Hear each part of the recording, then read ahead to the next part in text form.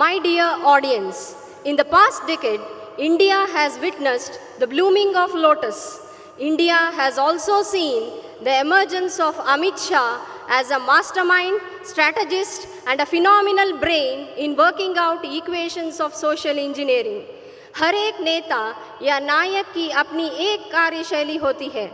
हमारे माननीय गृह मंत्री श्री अमित शाह जी ये विश्वास करते हैं कि किसी प्रकल्प की सफलता उसकी गोपनीयता पर निर्भर करती है। This modern day Chanakya is still unfolding. The country will see many more unseen aspects where he will be fulfilling the vision of Bharat as a Vishwaguru.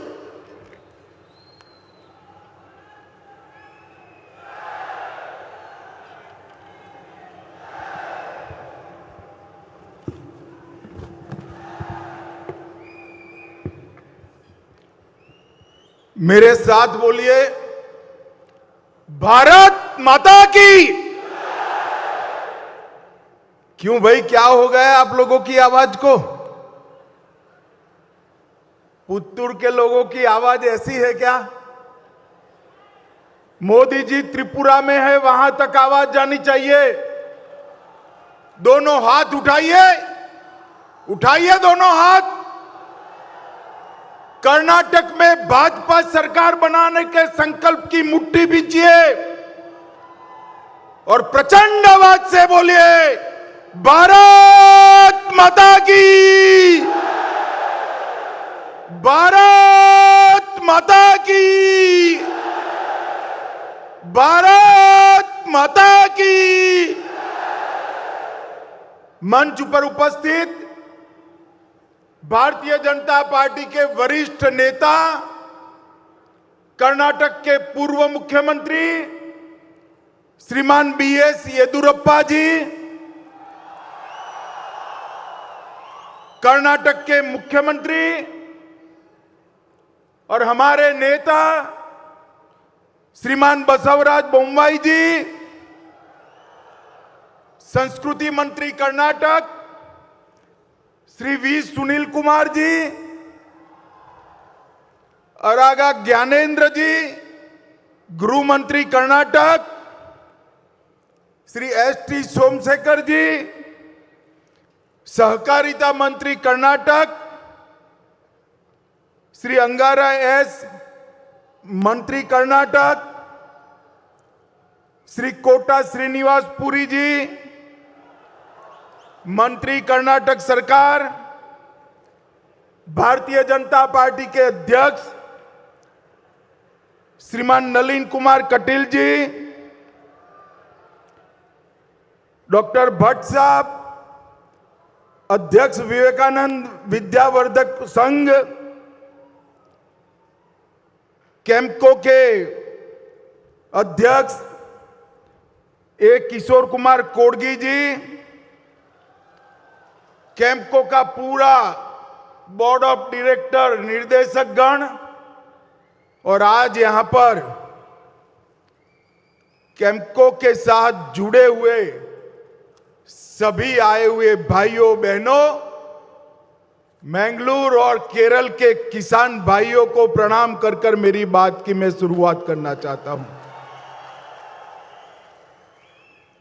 आज मैं मैंगलोर के पुत्तूर में आया हूं। ये बहुत पवित्र भूमि है। अरब सागर और पश्चिमी घाट से घिरा हुआ एक क्षेत्र परशुराम की सृष्टि के नाम से भी पूरे विश्व में विख्यात है।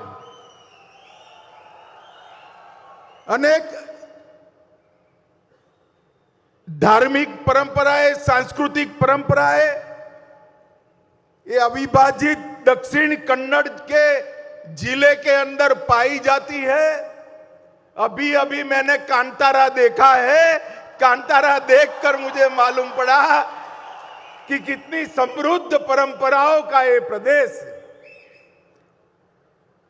मैंगलोर इकलौता शहर है राज्य का जहां समुद्र, एयरपोर्ट, रेलवे और सड़क चारों दृष्टि से व्यापार हो पाए, इस प्रकार का ये समृद्ध इलाका मैंगलोर की पुण्य भूमि को मैं बार बार प्रणाम करने यहां आया हूं। तब रानी अब्बक्का को भी प्रणाम करना चाहता हूं। इसके साथ मंगला देवी और कादरी मंजूनाथ मंदिर को भी, महालिंगेश्वर मंदिर को भी प्रणाम कर कर मेरी बात की शुरुआत करना चाहता हूं। मित्रों, देश भर में बहुत कम क्षेत्र है जो विषम भौगोलिक परिस्थिति होने के बावजूद, जियोग्राफिकल कंडीशन ठीक न होने के बावजूद कृषि से, खेती से, एग्रीकल्चर से देश को समृद्ध बनाते हैं। सुपारी, नारियल, काली मिर्च, रबड़, काजू और धान, चावल की खेती इस क्षेत्र के किसान के पसीने की महक के साथ हमारे गुजरात के लोग आपकी सुपारी खाकर हमेशा मैंगलोर को याद करते हैं। आपके प्रदेश के साथ मेरे प्रदेश का अटूट रिश्ता है। आप पसीना बहाकर सुपारी उगाते हो, हम सुपारी खाकर पसीना बहाते हैं। दोनों के बीच में बड़ा गहरा नाता है। मित्रों, आज मैं कैम्पको के सुवर्ण जयंती समारोह में आया हूं। मुझे जब निमंत्रण मिला तब मैं सोचता था जाऊं न जाऊं, मगर कैम्पको की गतिविधियां जब मैंने देखी, इसकी प्रगति देखी, तो मैंने निर्णय कर दिया इस देश के कोऑपरेटिव मिनिस्टर के नाते इस मल्टी स्टेट कोऑपरेटिव में निश्चित जाना चाहिए। उनके प्रयासों का समर्थन, उनका साधुवाद करना चाहिए। मित्रों, आज भारतीय जनता पार्टी के विचारधारा के जनक पंडित दीनदयाल जी का पुण्यतिथि भी है। पंडित दीनदयाल जी ही है जिनके रास्ते पर भारतीय जनता पार्टी की सरकारें चलती। हमने गरीब कल्याण का एक यज्ञ चालू किया है।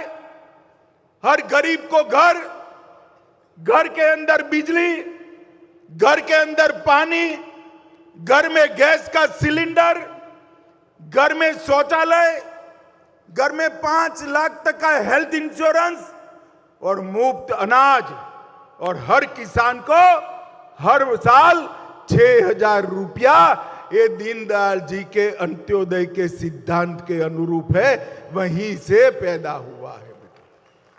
समग्र देश के अंदर भारतीय जनता पार्टी की सरकारें राष्ट्रीय सुरक्षा, राष्ट्र की समृद्धि और गरीबों के कल्याण को समर्पित है।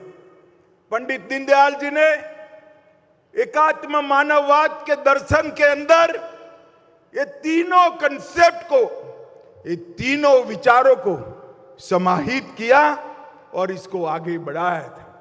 उनकी निर्मम हत्या हुई थी आज ही के दिन मुगल सराय रेलवे स्टेशन पर।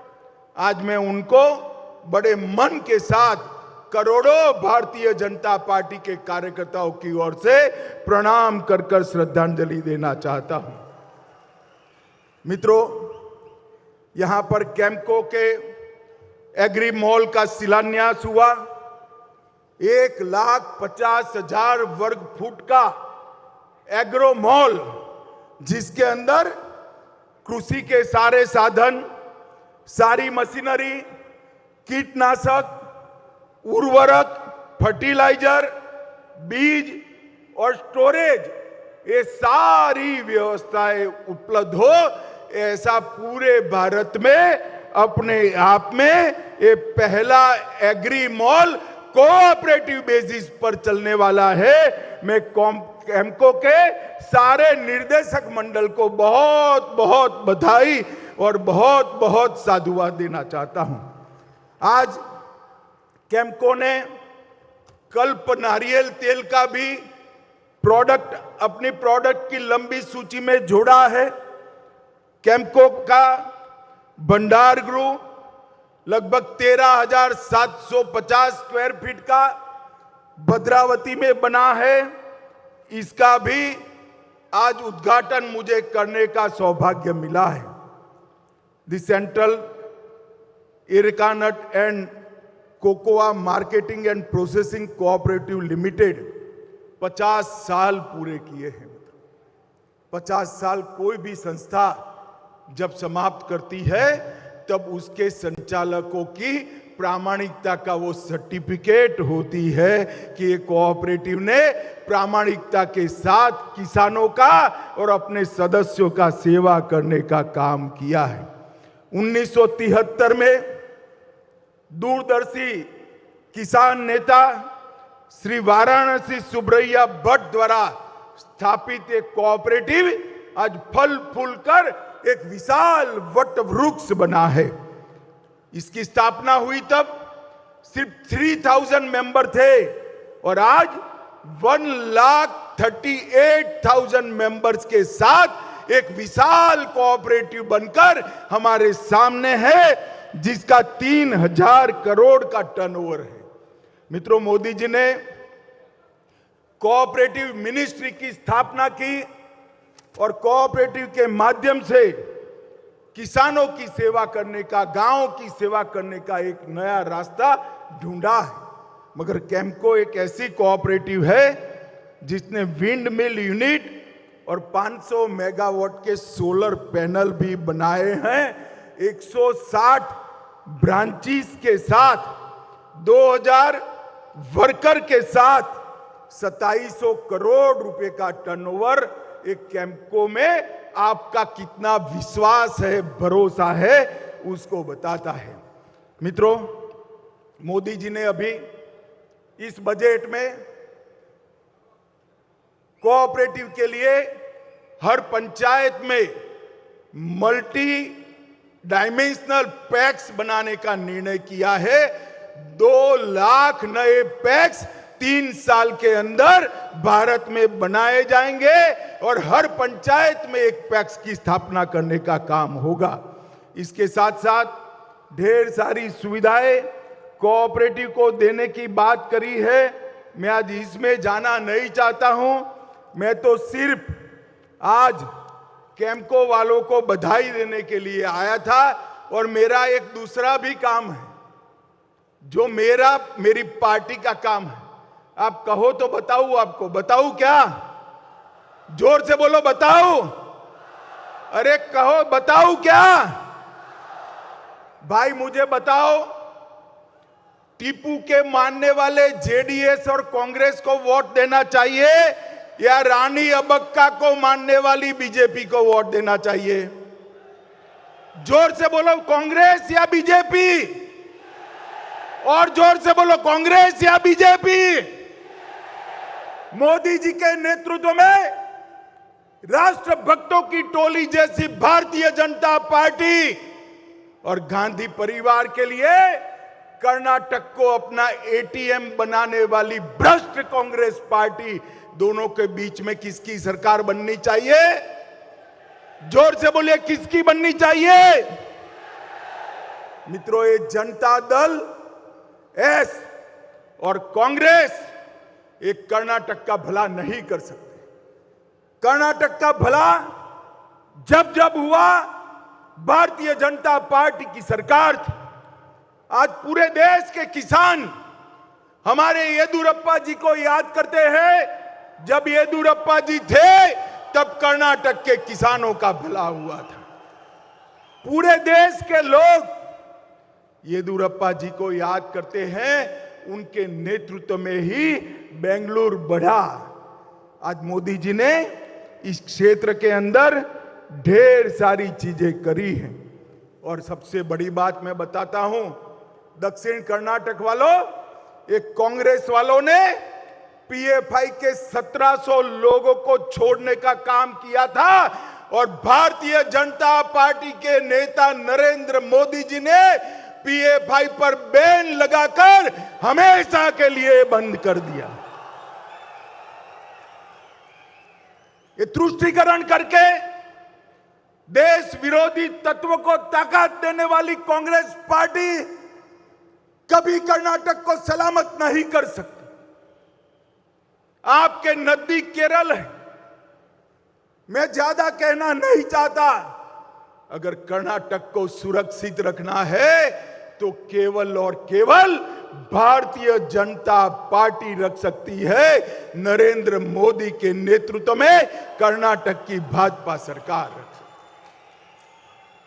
मित्रों, मोदी जी ने देश को सुरक्षित करने का काम किया। देश में से आतंकवाद, नक्सलवाद को समाप्त करने का काम किया। अरे मुझे बताओ दक्षिण कर्नाटक वालों, ये कश्मीर जो है हमारा है या नहीं है? जोर से बोलो, है या नहीं है? धारा 370 जानी चाहिए थी या नहीं जानी चाहिए थी? ये कांग्रेस और जेडीएस दोनों, जब मैं धारा 370 हटाने का बिल लेकर खड़ा हुआ कि मत हटाइए मत हटाइए, मैंने कहा भला क्यों ना हटाए भाई बताओ? तूने कहा कश्मीर में खून की नदियां बह जाएगी। अरे कांग्रेस वालों, राहुल भाई सुन लो, ये नरेंद्र मोदी सरकार है। खून की नदियां छोड़ो, किसी का कंकर चलाने का भी हिम्मत नहीं हुआ, कंकर चलाने का हिम्मत नहीं। और मोदी जी ने 5 अगस्त 2019 को धारा 370 को समाप्त कर कश्मीर को हमेशा के लिए भारत माता का मुकुट बना देने का काम ये नरेंद्र मोदी जी ने किया।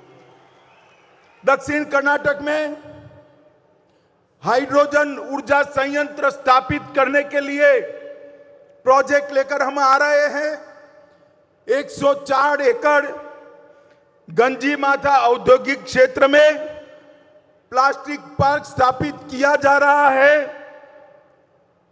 कैंपको उसको और मजबूत करने जा रहे हैं।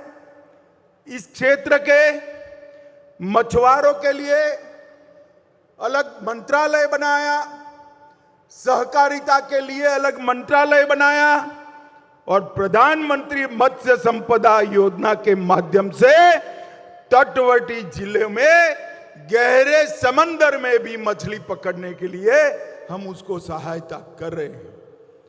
अल्पसंख्यक छात्रों के लिए भी 1000 सीटों की क्षमता वाला छात्रावास बनाया। मंगलुरु और बेंगलोर को स्टार्टअप का हब बनाया और इसके साथ साथ श्री नारायण गुरु आवासीय विद्यालय बनाया और लगभग 34,850 हेक्टेयर भूमि आदिवासी भाइयों को देने का काम हमारे बसवराज बोम्मई जी की सरकार ने किया है। भारतीय जनता पार्टी की सरकार ने की। भारत सरकार ने सीढ़ी घाट में टनल रोड बनाने का काम किया।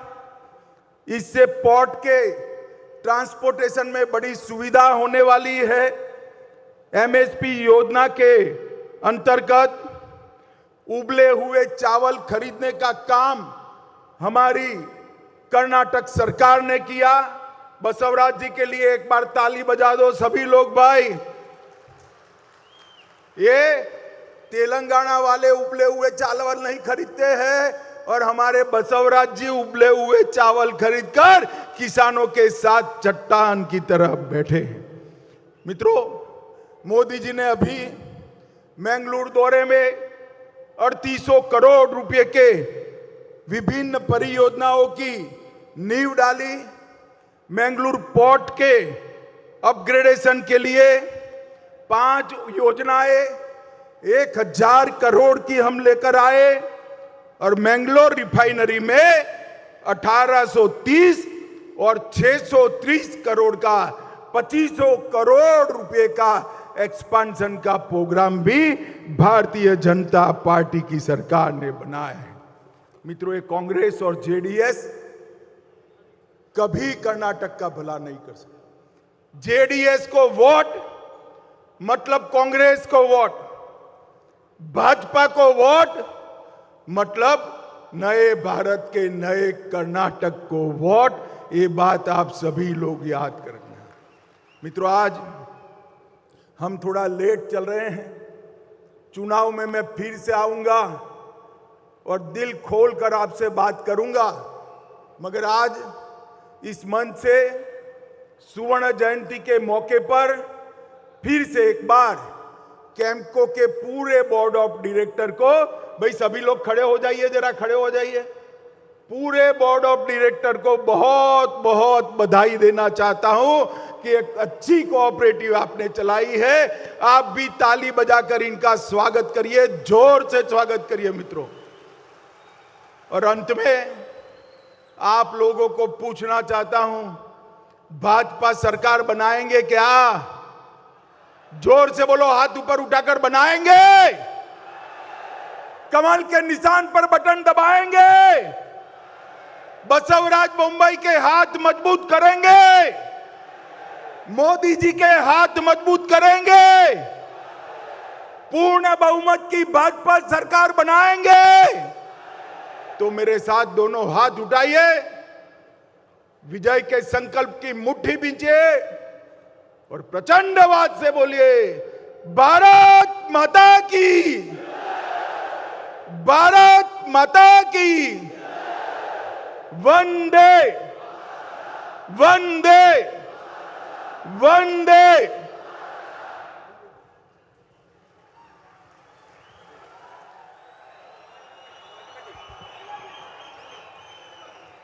ಆಗಿನ ಕಾರ್ಯಕ್ರಮ ಹೌದು, ಬಟ್ ಅದನ್ನು ಎಷ್ಟು ಮಟ್ಟಿಗೆ ಪಕ್ಷಕ್ಕೆ ಅನುಕೂಲ ಆಗುತ್ತೋ ಅಷ್ಟರ ಮಟ್ಟಿಗೆ ಅಲ್ಲಿದ್ದಂಥದ್ದು ಜೆಡಿಎಸ್ ಹಾಗೆ ಕಾಂಗ್ರೆಸ್ ಅನ್ನ ದೂಷಿಸಿ ಬಿಜೆಪಿಗೆ ಈ ಬಾರಿ ಮತ ಕೊಡಿ, ಬಸವರಾಜ ಬೊಮ್ಮಾಯಿ ಅವರನ್ನ ಮತ್ತೊಮ್ಮೆ ಮುಖ್ಯಮಂತ್ರಿ ಮಾಡ್ತೀರಲ್ವಾ, ಅಥವಾ ಬಸವರಾಜ ಬೊಮ್ಮಾಯಿ ಅವರ ಸರ್ಕಾರಕ್ಕೆ ನೀವು ಮತ್ತೆ ಬಹುಮತವನ್ನ ಕೊಡ್ತೀರಲ್ವಾ, ಈ ರೀತಿಯಾಗಿ ಮೇಲಿಂದ ಮೇಲೆ ಮತ್ತೆ ಒಂದ್ ರೀತಿ ಕ್ಯಾಂಪೇನಿಂಗ್ ಆಗೇನೆ ಇತ್ತು ಇದೊಂದು ಸರ್ಕಾರಿ ಕಾರ್ಯಕ್ರಮ ಆದ್ರೂ ಕೂಡ ಆರಂಭಿಕ ಹಂತದಲ್ಲಿ ಕೆಲವು ಕ್ಷಣಗಳು ಮಾತ್ರ ಸೀಮಿತ ಆಗಿತ್ತು. ಕ್ಯಾಂಪ್ಕೋ ಸಾಧನೆ ಏನು ಅದನ್ನು ಹೊಗಳುವಂತ ನಿಟ್ಟಿನಲ್ಲಿ ಉಳಿದಂತದ್ದು ಮತಬೇಟೆಯಾಗಿತ್ತು. ಮಂತ್ರಿ का आभार प्रकट करती हूं।